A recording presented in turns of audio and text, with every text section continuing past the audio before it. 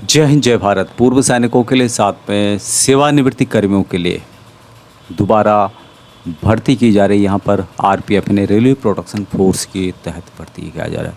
तो इस वीडियो में हम डिटेल्स जानेंगे क्या उसकी डिटेल्स रहेगी, कब तक भर्ती होगी, क्या क्या बातें इसमें मेंशन की गई है। तो विस्तार से जानने के लिए वीडियो को अंत तक देखिएगा। सब्सक्राइब नहीं किया है तो कर सकते हैं, आपको इस तरह के अपडेट बहुत समय भी मिलते रहेंगे। यहाँ पे आप देख सकते हैं न्यूज़, पूर्व सैनिक का सेवानिवृत्ति आरपीएफ कर्मियों को दोबारा मिलेगा नौकरी करने का मौका, 65 साल तक रहेगी तैनाती।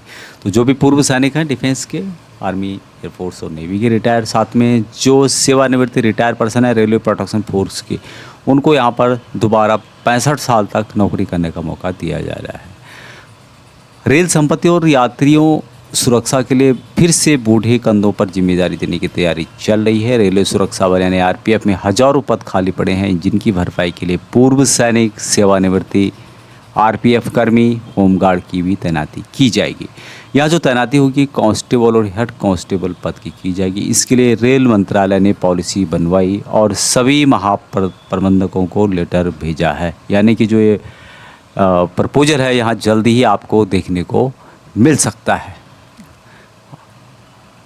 अभी यहाँ पर आगे मेंशन किया गया कि 65 साल आयु तक की तैनाती रहेगी, जबकि इसके लिए 5 साल की एनुअल परफॉर्मेंस अप्रेज रिपोर्ट, जिसको APAR कहते हैं, को ध्यान में रखा जाएगा।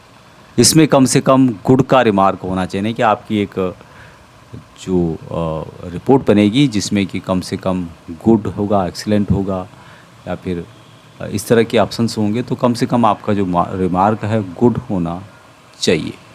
जो उनके महाप्रबंधक के पास इनकी तैनाती की शक्तियाँ दी जाएगी, जो महाप्रबंधक होगा उसके पास इनको कहाँ तैनात करना है, इसकी शक्तियाँ या इसकी जो रिस्पॉन्सिबिलिटी है वो इनके पास होगी। अंबाला सहित मंडल रेल प्रबंधकों को 3 माह की शक्तियाँ, महाप्रबंधक के अलावा मंडलों की भी शक्तियाँ पॉलिसी में स्पष्ट की गई है।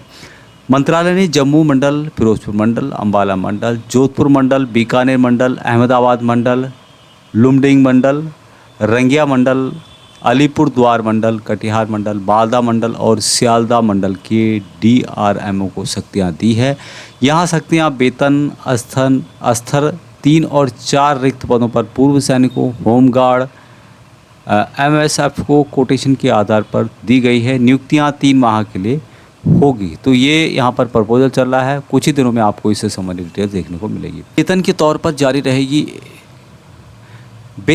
पर जारी होगी एक मुश्त राशि, यानी कि फिक्स अमाउंट आपको महीने के अंतर्गत दिया जाएगा। सेवानिवृत्ति के बाद तैनाती दी जानी है। इसके तहत इनको एक मुश्त वेतन जारी किया जाएगा। इसके तहत अनुबंध अवधि के दौरान पारिश्रमिक के रूप में एक निश्चित मासिक राशि आपको दी जाएगी। यह राशि सेवानिवृत्ति पेंशन घटाकर दी जाएगी।